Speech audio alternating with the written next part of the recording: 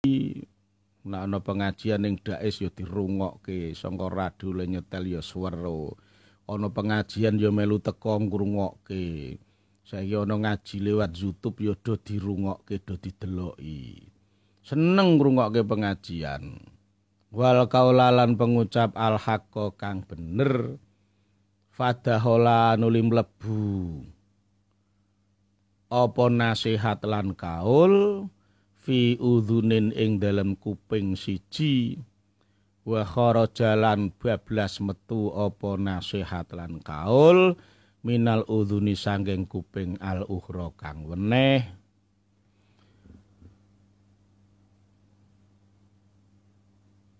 walam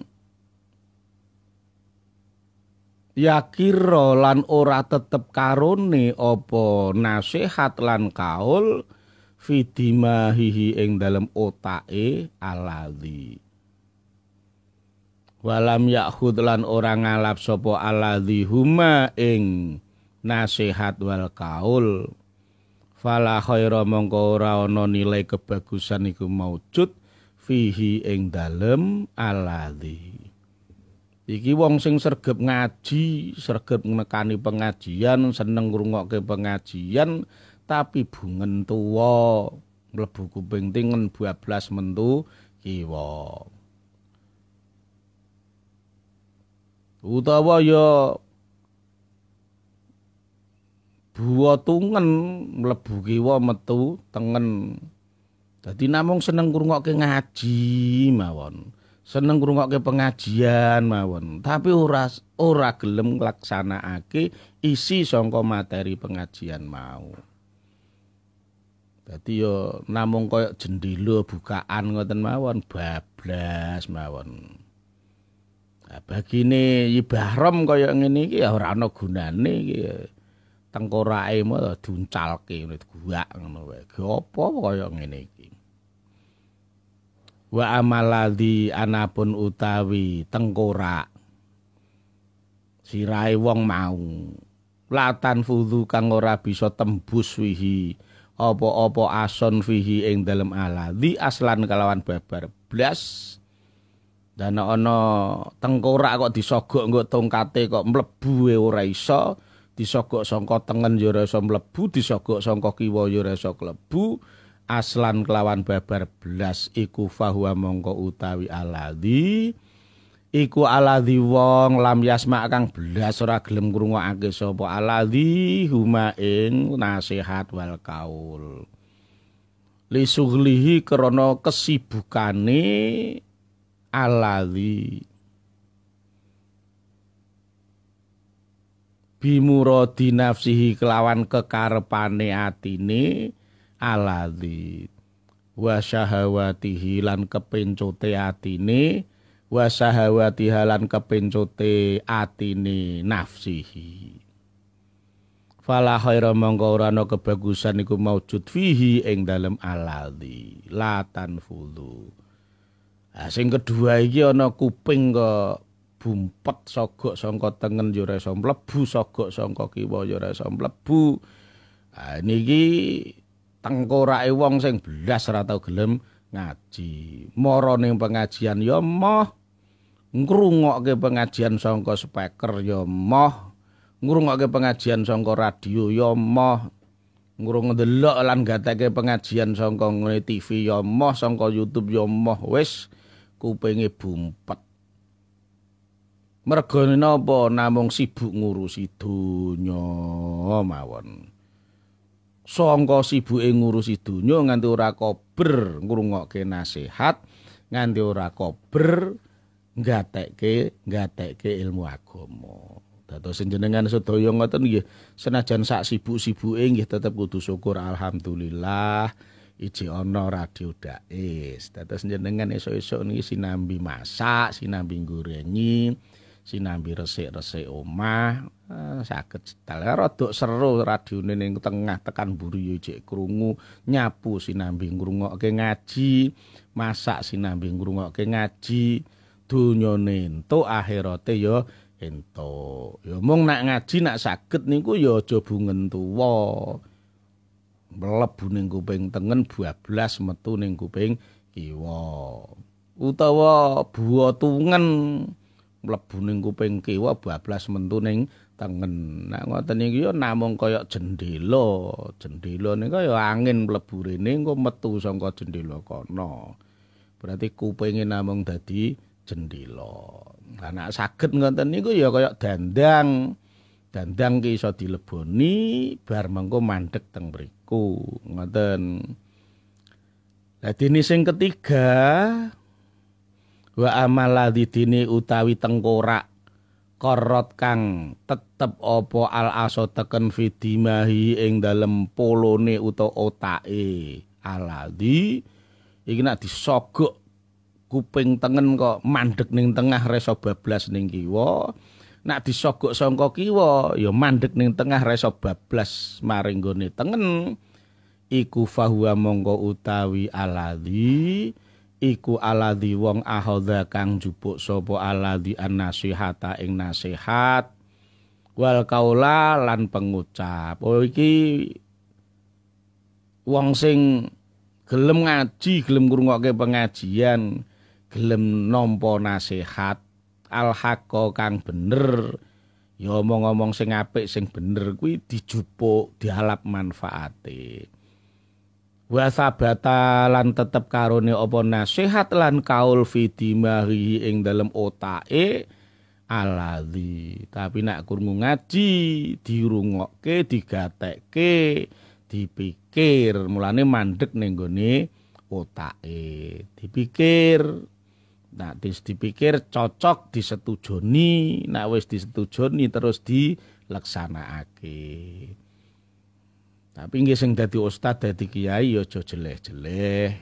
Tetep disampaikke, nek perlu dibulan baleni ora apa-apa. Dadi mbok menawa maaf Bapak Ibu sing mirengaken Radio Dais, lha kok nek anu pengajane Pak Ulul kok dibulan baleni. Nika nggih enten hikmahe, hikmah sing pertama. Kula berarti keselen mboten saged dugi wonten ing ngene Radio Dais. Wong menungso niki nggih butuh istirahat berang, kula nembe istirahat. Diputer ulang. Niku enten hikmahe di bulan baleni ben tambah paham. Di bulan baleni malih ya ben iso digali. Mergane wateke menungso ngoten niku. Napa sing wis diurungokke niku urung mesti lho nak dipikir. Nah, mungkin Rebu wingi dirungokke tok tapi ra dipikir. Nah, Rebu besok putar ulang. Akhire dirungokke meneh karo dipikir-pikir. Nah, sing wis dipikir ya urung mesti nak disetujoni. Mungkin Rebu niki diputer ulang. Ternyata ya dipikir mung urung setuju. Diputer meneh Rebu liyane. Mungkin dirungokke, dipikir, disetujui. Nah, nek pun disetujui, pun paham lan disetujui, nah, mungkin sesuk kadang diputer malih. Oh ya cocok-cocok, tak rungokke, tak gatekke, tak angen-angen, mandang paham, aku ya cocok setuju. Nah, terus syukur dilakoni. Wah, kaya wong khutbah ngoten niku lho. Wong khutbah Jumat niku yo ittaqullah haqqa tuqatih wala tamutunna illa wa antum muslimun. Niku di bulan baleni mawon yo. Bulan baleni mawon. Lah napa? Nggih niku khutbah ki ora mesti dirungokke. Mandang dirungokke ya ora mesti nak diangen-angen. Mandang gelem ngangen-angen ya ora mesti nak paham. Mandang wis paham ya ora mesti nak cocok. Mandang wis cocok ya ora mesti nak gelem nglakoni. Mandang wis gelem nglakoni ya ora mesti nak iso konsisten istiqomah. Mulane ngaji niku kadang perlu di bulan baleni. Mulane khotbah niku pesen takwa wajib dibaleni terus. Saben khotbah ora lali pesen takwa, saben khotbah ora lali pesen takwa di bulan baleni. Niku mulane perlu niku kersane mlebu kuping tengen mandeg ning gone pikiran, mlebu kuping kiwa ya mandeg ning pikiran. Fahuwa mongko utawi Aladzi iku al makbulu kang den tampa indallahi ing dalem ngarsane Allah. Wong-wong sing modele kaya ngono kuwi mau gelem ngaji, dirungokke, digatekke, diangen-angen, dipahami, disetujoni, dileksanakake, kuwi sing ditampa kalian Gusti Allah. Mulane ra ketang wis dadi tengkorak, tak cekel, tak cucup, tak ambungi. Ngoten niku, fa'at balahu fa'uqabilu nuli ngambungi sapa ingsun, nyucupi sapa ingsun hu ing aladzi. Ha sing kaya ngono ya perlu tak ambungi. Wa atfantulan nguburake sapa, wa atfanulan ngubur sapa ingsun hu ing aladzi. Bar ngono tak kubur, ini orang terhormat tok. Hayatul Qulub iku dinukil saka kitab Hayatul Qulub. Artine uripe ati. Rawang riwayatake sapa Ahmad Imam Ahmad wal Bukhari lan Imam Bukhari wa Muslimun lan Imam Muslim. Wa Tirmidzi lan Imam Tirmidzi wa Ibnu Majah lan Ibnu Majah an Abi Hurairah radhiyallahu anhu kama kaya dene penjelasan fil Jami'is Shahir kang ana ing dalam kitab Jami'is Shahir. Qala dawuh sapa Nabi Muhammad sallallahu alaihi wasallam, qala dawuh sapa Allah taala hale mulur Allah, atatu nyiapake to wis nyawisake sapa ingsun atu tegese wis mempersiapkan sapa ingsun nyawisake sapa ingsun fihi iku dalam hadis dalilun utawi dalil ala annal jannata ing atase setuhune swarga iku makhlukatun den ciptakake. Makhluk niku nek jenenge makhluk ya mesti sing sakliyane Allah nggih mesti bakale rusak. Al ana ing dalem saiki dadi swarga iki wis digawe. Kada kaya mengkene-mengkene anal jannata makhlukatunul al ana. Kala ngucap sapa Al-Manawi Imam Al-Manawi oleh nyawisake li ibadi keduwe kawula-kawula ingsun asolihina kang padha saleh-saleh kabeh ay alqaimina tegese kang padha jumenengi bima kelawan kewajiban wajib kang wajib apa ma'alaihim ing atase ibadi min hakil haqi saking hake Allah kang maha hak wal kharqi lan hake para makhluk sing tak siapke apa ma ing nikmat la ainun kang ora utahi mripat iku raat wis tau weruh apa ain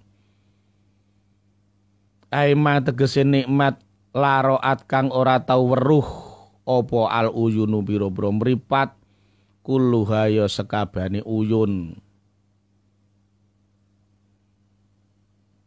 fa innal aina karana sedune mripat iku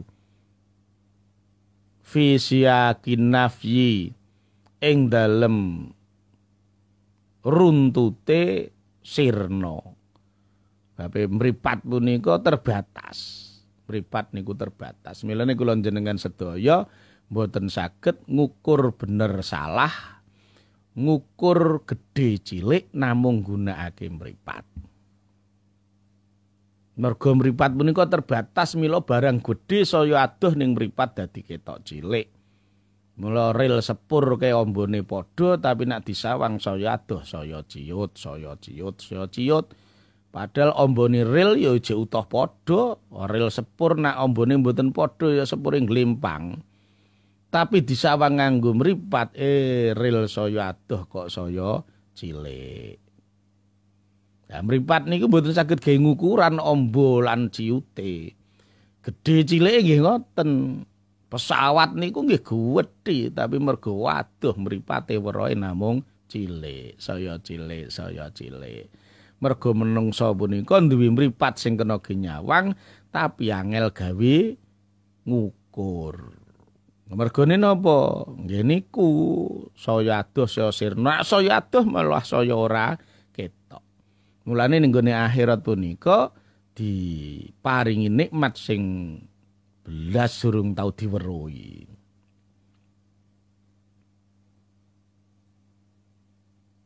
Tufidu kang aweh apa ain al istighraqa ing ngentekake asli manane kerem. Dadi saya suwe dadi ora ketok. Dadi mripat iki jane jarak jauh pandange waduh banget.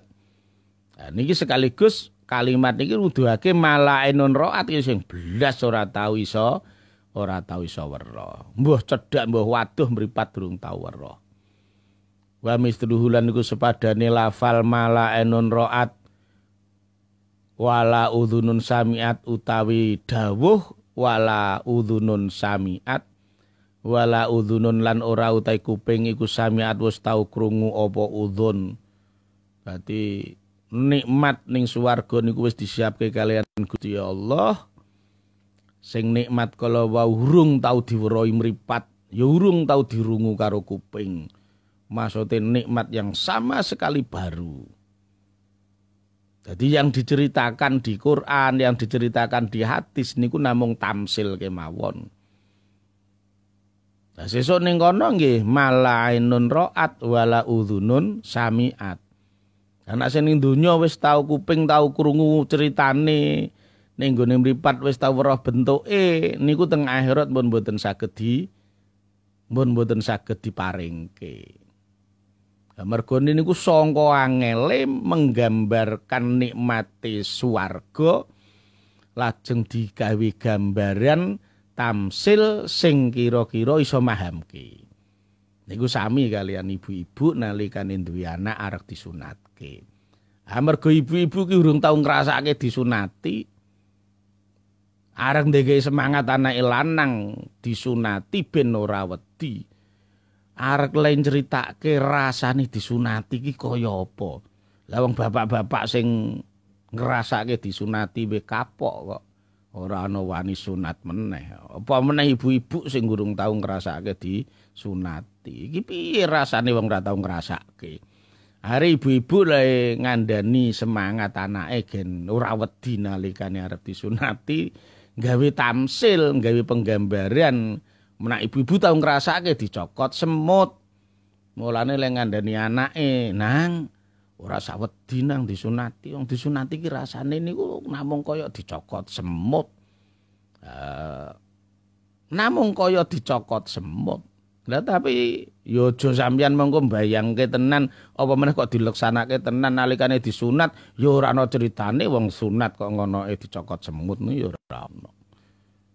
Semut kok nyunati mboten saged. Nah niku soal rasa ki piye lek arep critake ya angel to nggih, lek critake angel.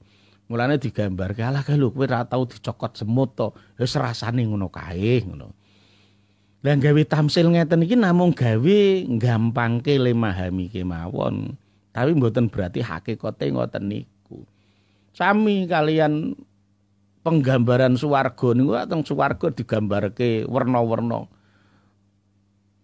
Jannatin tajri min tahtihal anhar. Ngoten nggih.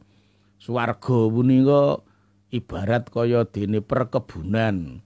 Sing ning gone ngisore ana kali-kali bengawan-bengawan sing do mili. Lah niku penggambaran kenikmatan yang luar biasa. Niku cocok banget nalikane tamsil seperti itu disampaikan kepada orang Arab. Mergone wong Arab punika daerahnya tandus. Daerah tandus, daerahnya ora ana perkebunan. Umpama ana perkebunan ya perkebunan kurma. Ning kono gambarane ngantos buah-buahane wis garek digayoh. Garek digayoh. Niki masyaallah. Niki nek disampaikan wong Arab ya indah sekali. Wah, surga itu indah. Tapi niku nek disampaikan ning gone wong Indonesia, wong Jawa, jannatin tajri min tahtihal anhar, ya ora menarik. Lah napa ning tanah Jawa niku wis kaya swarga. Jannatin perkebunan, perkebunane sak akeh teng mriki. Tajri min tahtihal anhar, ngisore kali dumili. Ya Allah Gusti, dhuwure wit-witan arek amek pelem niku ya namung digayoh.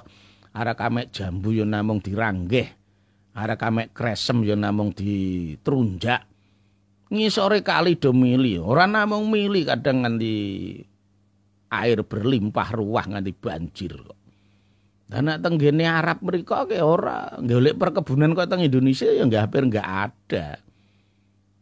Saderengipun bidal haji niku kula bayangane sing jenenge gunung ngoten ya kaya Gunung Ungaran akeh wit-wit jebule mboten. Teng mriko sing jenenge gunung ya namung kaya tumpukan watu ngoten niku mawon, ora ana wit-witane blas. Lah orang yang biasa hidup di daerah tandus tidak ada perkebunan dikasih gambaran surga itu adalah perkebunan yang banyak pepohonannya, banyak buahnya. Arek awek wohe namung digayoh ngisore kali domili ya sangat menarik, indah sekali. Tapi bagi orang Jawa, bagi orang Indonesia, penggambaran surga seperti itu ya wis ora menarik mergo teng mriki niki pun perkebunane pun persis kok swarga. Mulane wong Arab, wong Mesir niku do dijak jalan-jalan wonten ing Indonesia, ning gone Jawa, pertama kali teko langsung jannah, jannah, jannah. Wah, iki swarga, swarga, swarga mergo dibandingke kalih mriko.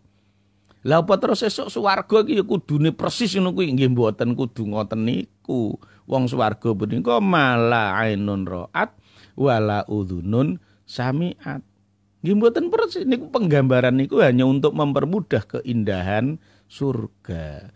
Indahnya surga seakan bagi orang yang hidup di daerah tandus ketemu dengan perkebunan yang di bawahnya banyak air ngoten.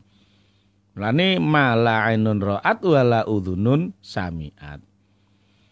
Lafal ainun bi tanwini ainin kelawan den waca tanwini ain berarti ainun ngoten. Wa udhunin lan lafal udhun berarti wala udhunun. Ora la aina mangke lane dadi lali nafyil jinsi diwaca la aina. Tapi diwaca udhunun dados mubtada. Wa ruwiyalan diriwayatake apa bi fathiyah diwaca fathah bi fathihima kelawan diwaca fathai ainin lan udhunin berarti la aina. Ngoten ora ana meripat iku maujud sami'a ro'at kang wis tau weruh berarti le manani ngoten nek diwaca la aina ro'at ora ana mripat iku maujud ro'at kang wis tau weruh apa ain utawa la udhuna ora ana kuping iku maujud sami'at kang wis tau krungu. Nah, tapi nek diwaca nganggo tanwin berarti le nerkepe dadine mubtada. La ainun ora utawi mripat iku ro'at wala udhunun lan ora utai kuping iku samiat ngoten. Nak diwaca tanwin. Tapi misale wong kitabe kula niki gundulan ora ana harokate umpama kula waca ngeten la aina ro'at wala udhuna samiat nggih pareng-pareng kemawon. Lane dadi lali nafyil jinsi. Dadi la aina ora ana mripat iku maujud ro'at kang wis tau weruh apa ain. Wala udhuna lan ora ana kuping iku maujud samiat kang wis tau krungu apa udhun pareng. Ngoten bareng mboten napa-napa. Jadi boleh dibaca tanwin, boleh dibaca fathah. Wala khotara lan ora tau gumrentek, gumrenjet utawa kemrentek apa ma ala qalbi basarin ing atase atine menungso. Basar untuk manusia secara biologis. Pokoknya angger duwe kulit, duwe daging, duwe balung, duwe geteh. Lah niku manusia biologis disebut sebagai basar. Asli makna dasare basarun punika kulit. Mergo mbiyen punika Allah nyiptakake makhluk rata-rata tidak berkulit. Malaikat ora ana kulite, jin ora ana kulite. Lah terus Allah nyiptakake Nabi Adam, Adam piyambak maknane ya kulit. Ya terus diarani basar, mulane diarani basariyah. Nah, basar punika nggih makhluk yang berkulit mergo niku sing diciptake Allah pertama kali ana makhluk ana kulite nggih Nabi Adam niku. Karena itu kalau disebut sebagai basar berarti makhluk secara biologis. maknahu tai maknane hadis iku annallaha satune Gusti Allah iku iddakhara wus nyimpen sapa Allah fil jannati ing dalem swarga minan naimi sangking pira-pira kenikmatan wal khairati lan pira-pira kebagusan wal ladzati lan pira-pira kelezatan ma ing nikmat lam yatluk kang durung tau weruh utawa ningali alaihi ing atase ma sapa ahadun wong suwiji minal khalqi sangking para makhluk bitorikin kelawan satu cara minat turuki sangking pira-pira cara utawa dalan ngoten sangka dalan maksudnya dengan cara apapun orang belum pernah bisa melihatnya, dengan cara apapun orang belum pernah bisa untuk mendengarnya. Niku nikmat swarga sing angel digambarake. Dadi umpama wonten penggambaran namung tamsil untuk memudahkan pemahaman saja. Kada kaya mengkene-mengkene keterangan Dzakaro kang wis nuturhu ing dza sapa Al-Munawi Imam Al-Munawi. Wallahu alam bisawab wal khata. Mekaten ingkang saged kula sampaiaken ulil albab sehu menungsa lumrah nggih saged bener nak dibantu ditulung kalian Gusti Allah. Tapi mbok menawa enten salah keliru lupute niku nggih lumrah. Mila saged dimutaken wonten ing kene 0813 253888850. Aku lu qauli hadza wala faminkum. Assalamualaikum warahmatullahi wabarakatuh.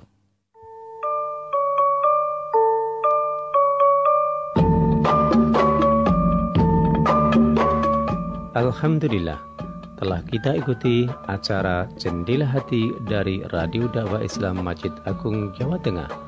Semoga dapat menambah ilmu kita dalam rangka mendekatkan diri kepada Allah Subhanahu wa Ta'ala.